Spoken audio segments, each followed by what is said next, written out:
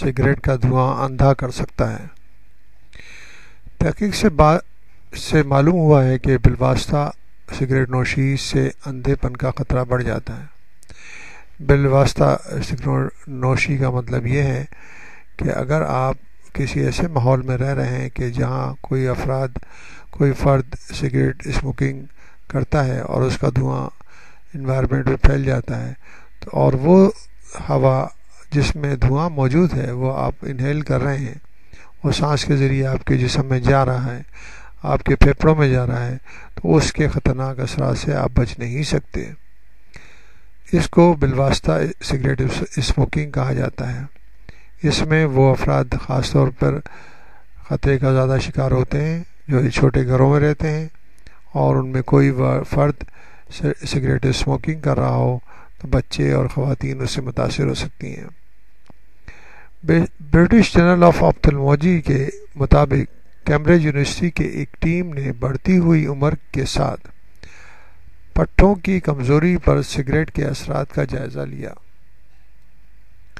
تحقیق سے پتہ چلا ہے کہ 5 سال کے عرصے تک دھوئیں کے ساتھ رہنے سے اس بیماری کا خطرہ دگنا ہو جاتا ہے، جبکہ تمباکو نوشی کرنے سے اس میں 3 گنا اضافہ ہو جاتا ہے۔ اس تحقیق سے کام کرنے کی جگہ اور عوامی مقامات پر سگریٹ نوشی پر پابندی لگانے کے مطالبے میں مزید وزن پیدا ہو گیا ہے۔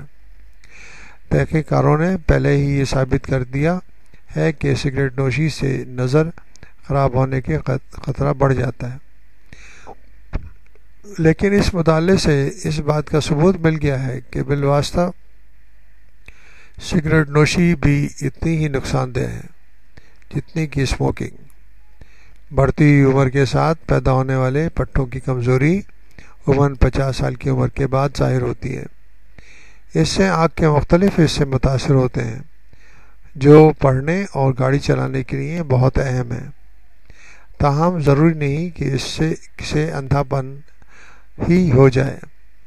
برطانیہ میں اس وقت تقریباً 5 لاکھ لوگ اس بیماری کا شکار ہیں۔ اس تحقیق کے دوران پٹھوں کی بیماری کا شکار 435 افراد اور 280 صحت مند افراد کی تمباکو نوشی کی عادت اور بیماری کے پیدا ہونے کے رجحان کا جائزہ لیا گیا۔ اس تحقیق اور ریسرچ سے یہ ثابت ہوا ہے کہ تمباکو نوشی اسموکنگ سے اس بیماری کے امکانات بڑھ جاتے ہیں۔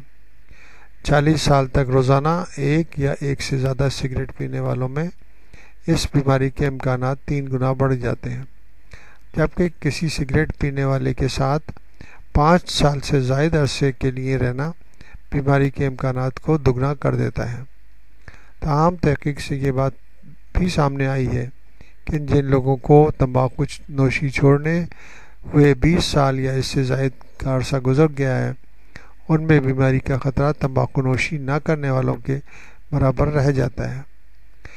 اس ریسرچ رپورٹ کے ایک مصنف پروفیسر جان کا کہنا ہے کہ اس مطالعے کی مدد سے تحقیق کاروں نے تمباکو نوشی اور اس بیماری کے درمیان براہ راست تعلق کو ثابت کر دیا ہے۔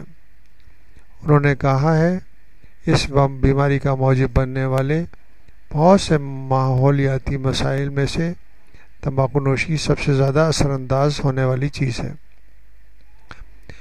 رائل انسٹیٹیوٹ آف بلائنڈز کی سربراہ انیتا لائٹ اسٹون کا کہنا ہے کہ یہ انتہائی اہم معلومات ہیں اور ہمارے ادارے کے کام کی جگہوں اور عوامی مقامات پر سگریٹ نوشی پر پابندی کے مطالبے کے لیے مزید ثبوت فراہم کر رہی ہیں۔